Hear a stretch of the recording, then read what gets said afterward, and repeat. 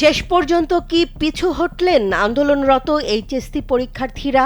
শিক্ষামন্ত্রীর পদত্যাগের দাবিতে টানা আন্দোলনের পর এবার সেই দাবি থেকে সরে এসে ৬ দফা প্রস্তাবকে সামনে রেখেই আলোচনার টেবিলে বসেন শিক্ষার্থীদের প্রতিনিধিরা। সরকারের সঙ্গে সংলাপের এই উদ্যোগে আন্দোলনের গতিপথে এসেছে গুরুত্বপূর্ণ পরিবর্তন। বুধবার বিকেলে শিক্ষা ভবন থেকে সচিবালয়ের উদ্দেশ্যে রওনা দেন আন্দোলনরত শিক্ষার্থীদের একটি প্রতিনিধি দল। এর আগে শিক্ষা ভবনের সামনে ব্যারিকেডের মুখে পড়লেও পরে সংশ্লিষ্ট কর্তৃপক্ষের সঙ্গে বৈঠকের সুযোগ পান তারা। ফলে সংঘাতের পরিবর্তে আলোচনার পথই প্রাধান্য পায়।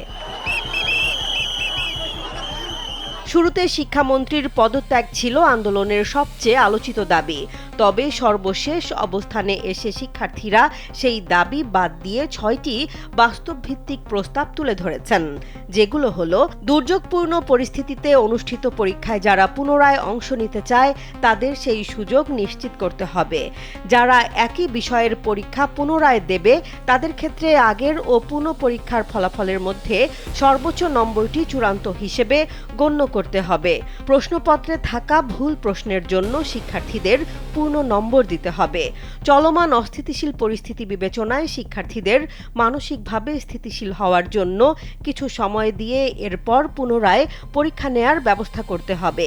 পূর্ব ঘোষণা ছাড়া প্রশ্নপত্রের ধরনে পরিবর্তন আনা হয়েছে, যা আগের বছরের তুলনায় শিক্ষার্থীদের কাছে অপরিচিত ছিল।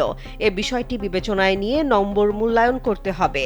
পরীক্ষা চলাকালে সচেতন গার্ডিয়ান নামে কিছু শিক্ষকের কঠোর ও বিভ্রান্তিকর আচরণ বন্ধ করতে হবে, যাতে পরীক্ষার্থীরা ভীত বা মানসিক চাপে না পড়ে।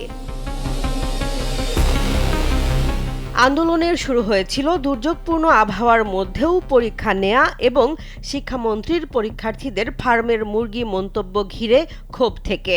সেই আন্দোলনের অংশ হিসেবে রাজধানীর সায়েন্স ল্যাব, উত্তরা, মিরপুর সহ বিভিন্ন এলাকায় সড়ক অবরোধ করেন শিক্ষার্থীরা।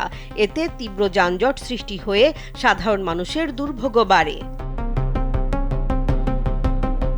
তবে আন্দোলনের কেন্দ্রবিন্দু এখন পদত্যাগের দাবির বদলে পরীক্ষার্থীদের স্বার্থ সংশ্লিষ্ট দাবিগুলো বাস্তবায়নের দিকে সরে এসেছে।